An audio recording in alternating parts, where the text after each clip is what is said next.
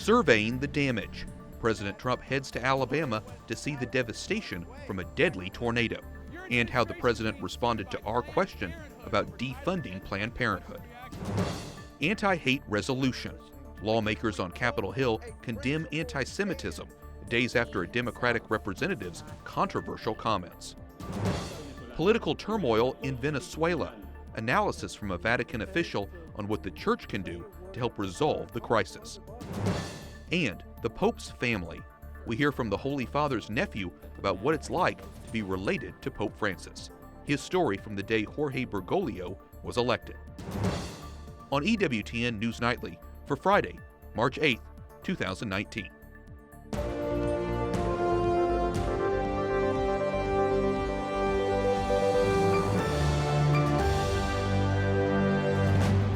Good evening from Washington, D.C., and thank you for joining us for News from a Catholic Perspective.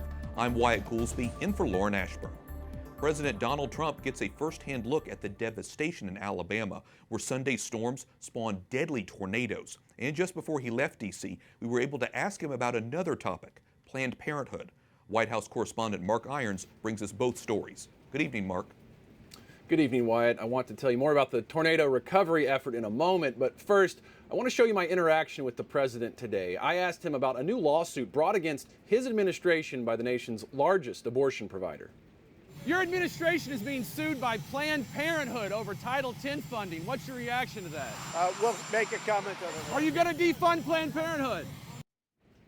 President Trump is considered by some pro-life groups to be the most pro-life president in history, but he wasn't ready to give me an answer today. He left the White House a moment later to travel to Lee County, Alabama. The devastation there is extreme. Families have already started holding funerals for some of the 23 people who died when a massive tornado carved a path of destruction nearly a mile wide. The president approved a federal disaster area and promised that FEMA would give its complete support. Now, the president will spend the next 2 nights at Mar-a-Lago, his so-called winter White House in Florida. He's going there for a political fundraiser tonight. Wyatt. White House correspondent Mark Irons reporting. Thanks, Mark. Bill Cheyne has resigned as White House communications director. The former Fox News executive says he instead has joined the president's re-election campaign and will serve as senior advisor. The president says Cheyne did an outstanding job at the White House and looks forward to having him along for the 2020 race. A member of the president's 2016 campaign was sentenced yesterday to almost 4 years in prison. Paul Manafort's lawyers say the ruling made one thing clear. And I think most importantly, what you saw today is the same thing that we had said from day one. There is absolutely no evidence that Paul Manafort was involved with any collusion with any government official from Russia. Prosecutors were seeking a far longer jail sentence for Manafort, the president's former campaign chairman. He was found guilty last year of 8 charges, including tax and bank fraud. President Trump says he feels badly for Manafort. The House overwhelmingly passes a resolution condemning anti-Semitism and other bigotry. Democrats spent the week fighting over the proper response to the controversial words of a freshman representative, Ilhan Omar. Capitol Hill correspondent Jason Calvi joins us with more. Good evening, Jason. Good evening, Wyatt. 10 days ago, Omar suggested Americans who support Israel have dual allegiances. The House resolution doesn't explicitly name her. It does condemn anti-Semitism, anti-Muslim discrimination, and bigotry against minorities. President Trump calls it disgraceful and accuses Democrats of becoming the anti-Israel party, as critics say this final resolution is watered down. The yeas are 407, the nays are 23. All Democrats voted yes. What we're doing here today is making it unequivocally clear to the public that no one has the support to engage in discrimination and racism and anti-Semitism. But still, these Jewish Democrats criticize the resolution. The way the representative from Minnesota spoke, then we need to single it out and say we will not tolerate it. We are having this debate because of the language of one of our colleagues.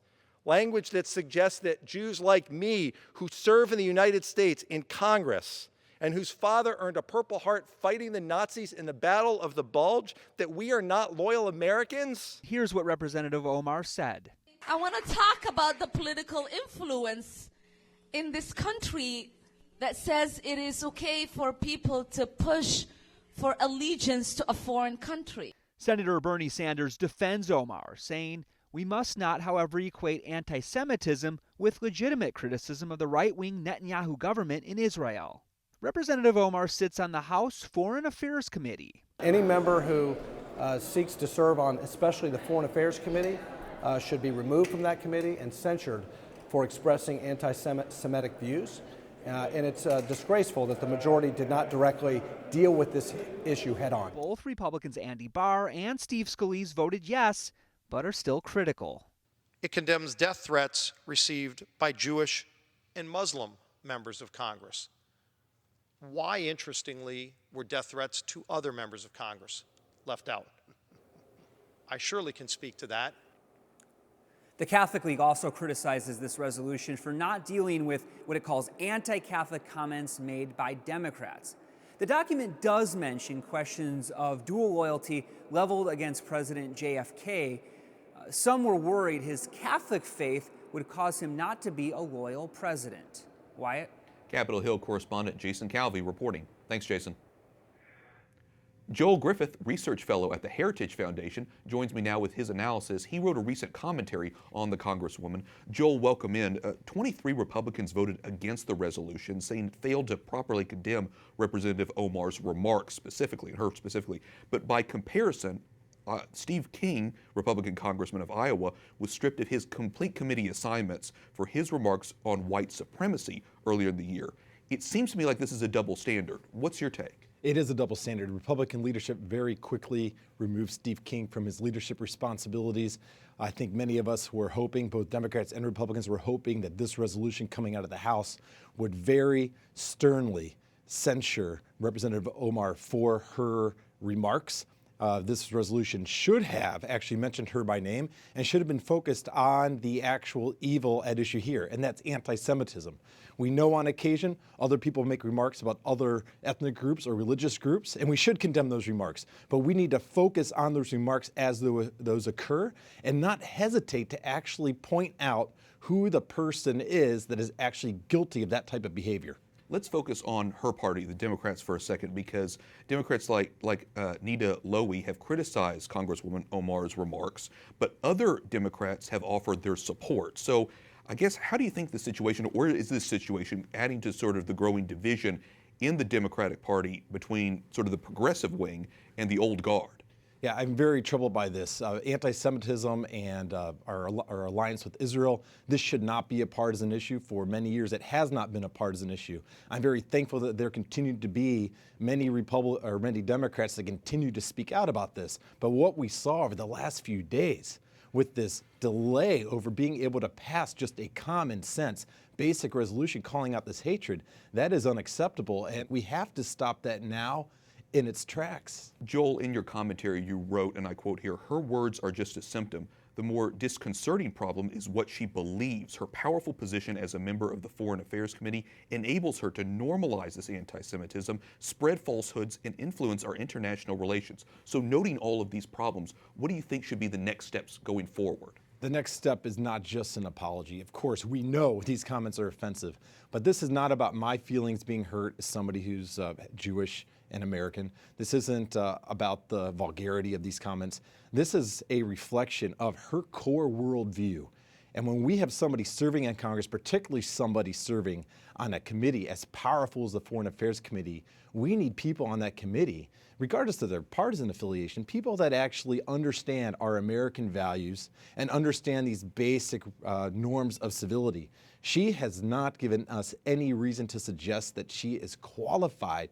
In fact, her repeated comments and her expressed worldview suggests that this is somebody that is actually quite problematic to have on that committee. Well, I know Representative Omar's remarks are very disturbing to a lot of people, and obviously she's getting a lot of feedback from both sides about it. Joel Griffith, research fellow at the Heritage Foundation, thanks so much for your analysis. I thank you for having me. Maryland's House of Delegates Thursday approved an assisted suicide bill. The measure would allow adults in the state to obtain a prescription for life-ending drugs if a doctor finds they have 6 months or less to live. The proposal now heads to the full Senate. The state's Catholic Conference is against the measure and calls it dangerously flawed. Prime Minister Theresa May says Britain's exit from the European Union is in jeopardy. This after the opposition leader calls for a second referendum. If we go down that road, we might never leave the EU at all. And that would be a political failure. May is presenting another Brexit deal to lawmakers next week. She's trying to avoid a second defeat. Her first attempt was rejected overwhelmingly in January. Britain is scheduled to leave the European Union March 29th. Churchgoers in France say they are not surprised the country's top cardinal intends to submit his resignation after being found guilty of concealing clergy sexual abuse. But one woman says more work needs to be done. On recent articles that I've read about the recent meetings at the Vatican about pedophilia, nothing seems to be moving, or insufficiently. It's, we're sorry, it's not enough. Cardinal Philippe Barbarin says he will meet with the Holy Father to hand in his resignation. It's not clear the Pope will accept it. The Cardinal yesterday received a 6-month suspended sentence for failing to report clergy misconduct in 2014 and 2015. Authorities in Costa Rica raid the offices of the country's National Catholic Bishops' Conference. They were searching for information about 2 priests accused of clergy sexual abuse. A church official says police were given all the materials they requested. Power is returning to parts of Venezuela's capital after it experienced one of the most prolonged blackouts in years. The outages raised tension in a country already on edge from ongoing political turmoil. Commuters in Caracas took to the sidewalks yesterday after the subway system was shut down. Cars jammed the streets as traffic lights went off. The outage comes as Venezuela is in the midst of a political struggle between President Nicolas Maduro and the opposition leader Juan Guaido. Guaido is head of the Congress and declared himself the nation's interim president in January. Msgr. Gerald Cadieres joins us from Rome. He works in the Vatican and is originally from Maracaibo, Venezuela. Msgr., thank you for being with us. Earlier this month, President Nicolas Maduro asked the Vatican to mediate negotiations with the opposition. Pope Francis reportedly told him in a letter conditions aren't right for the Vatican to step in. What can the Church do to help resolve the crisis? Well, first of all, the Church has to pray a lot, help the people with that. Secondly, the Church has a long story in diplomacy and is able to give a hand in this process of negotiations that are right now not really openly done, but we know they are going on, and hopefully they will have a good result. Let's hope the best. Sure. What are you hearing from family and friends back in Venezuela? How are they coping with the crisis? Well, the situation is really, really bad. There are problems to get food, to get medicaments. There are problems with the services, water, light, security in the streets. Everything is a chaos right now. And the people cannot stand it anymore.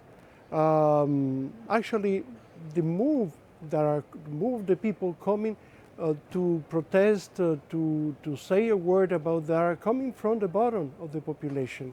The same people who supported Chavez at the beginning are the ones that are now asking for a change. It's interesting because Vice President Mike Pence visited Colombia last month where he met with Juan Guaido, the opposition leader who is a Catholic. The U.S. and 50 other nations recognize him as Venezuela's rightful president, and the U.S. has imposed sanctions on Venezuela and the Maduro regime. What's your advice about how to bring about real change, even with all these efforts? Well, Guaido's solution is a great idea because Guaido is a new person. He's a very young man, has no story behind him. He has a very clear voice that interprets the will of the people. And he's also Catholic, we know that. The people is supporting him a lot. If you can even look at him as a person, shows himself fresh, young, and all that is helping to reach a solution for the crisis right now in Venezuela. I think the United States is helping a lot by supporting Guaido and all the people, and I take the chance to thank all the people that are supporting this new formula for the solution of the crisis in Venezuela. Okay, we'll obviously continue to follow the situation carefully in Venezuela as all of this develops. Msgr Gerald Cadieres from Venezuela, thanks so much for joining with us and talking to us about it. Thank you very much for inviting me. Pope Francis says women are the key to peace in the world. La pace è donna. Pope Francis marked International Women's Day, saying women protect the world and keep it alive. The Holy Father made the comments during a meeting with the American Jewish Committee. He also stressed his concern over the growing number of anti-Semitic attacks around the world. Coming up, asylum seekers on the border. We hear directly from those looking to enter the United States.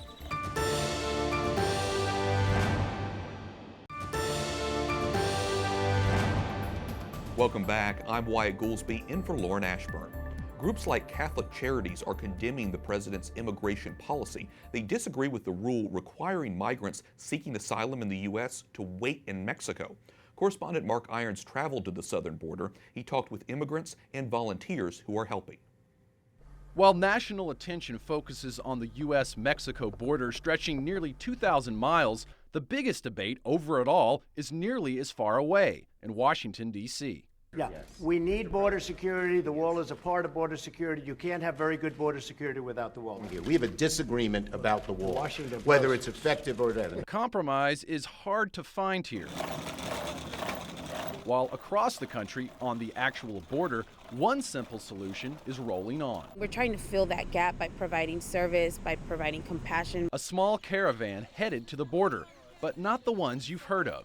This one is crossing from the U.S. into Mexico.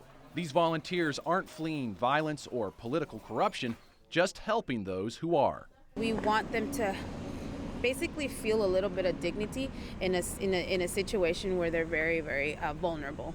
Night after night on the border in Brownsville, Texas, aid comes in the form of a warm meal. The volunteers call themselves Team Brownsville. People like Gabriela Zavala provide food and assistance to migrants waiting on the Mexican side of the border, hoping to receive protection in the U.S. Many of them stay here for weeks or more under this makeshift shelter built along a bridge leading into America. Esperanza has been here for 1 month with her son. Vivo, quiero estar viva para él. Y tener una vida digna y segura. She tells me they left Nicaragua fleeing for their lives. She was supporting families in the country suffering from violence and oppression at the hands of the government and a paramilitary group. Because she was helping others, Esperanza says she then became an enemy of the Nicaraguan government. Another migrant, Manuel, fled from Cuba. He says his political beliefs were different from the regime's. For that, he and his family were physically assaulted and could have been jailed or killed. He says he came to the border because he wants to be in a place like the U.S. that offers freedom of speech and will respect human rights. U.S. border agents could call these migrants over to the American side at any moment to let them plead their case. If deemed eligible, they could receive protection in the U.S. or asylum, granting them the ability to stay. But they only qualify if they've suffered persecution or fear they will suffer persecution due to race, religion, nationality, membership in a particular social group, or political opinion. The people, they are coming here and they are waiting however long it takes. Just a reminder that seeking asylum is legal. Elias Cantu is another volunteer with Team Brownsville. On this night, the group took one migrant to a local pharmacy in Mexico for medicine. Cantu says he sees the needs firsthand. When we arrive here, some of them haven't had breakfast or haven't had lunch. So when we come here delivering dinner, they're hungry. So if we're not coming here every day, they would go hungry. Waiting for her voice to be heard in the U.S., Esperanza tells me she is grateful for the volunteers. And in Brownsville, they continue on night after night, filling a need, or as Gabriela Zavala calls it, that gap in the immigration system. It's not focused on politics, it's a gap filled with people. And in reality, they need more than meals or medicine. Some of them have lost hope. So we like to meet them when they're here and just tell them, welcome to the United States. We are here to help you. Mark Irons, EWTN News Nightly. Up next, one-on-one with the Holy Father's nephew, his mission in Argentina, and how you can help. And the Pope's prayer intentions for March.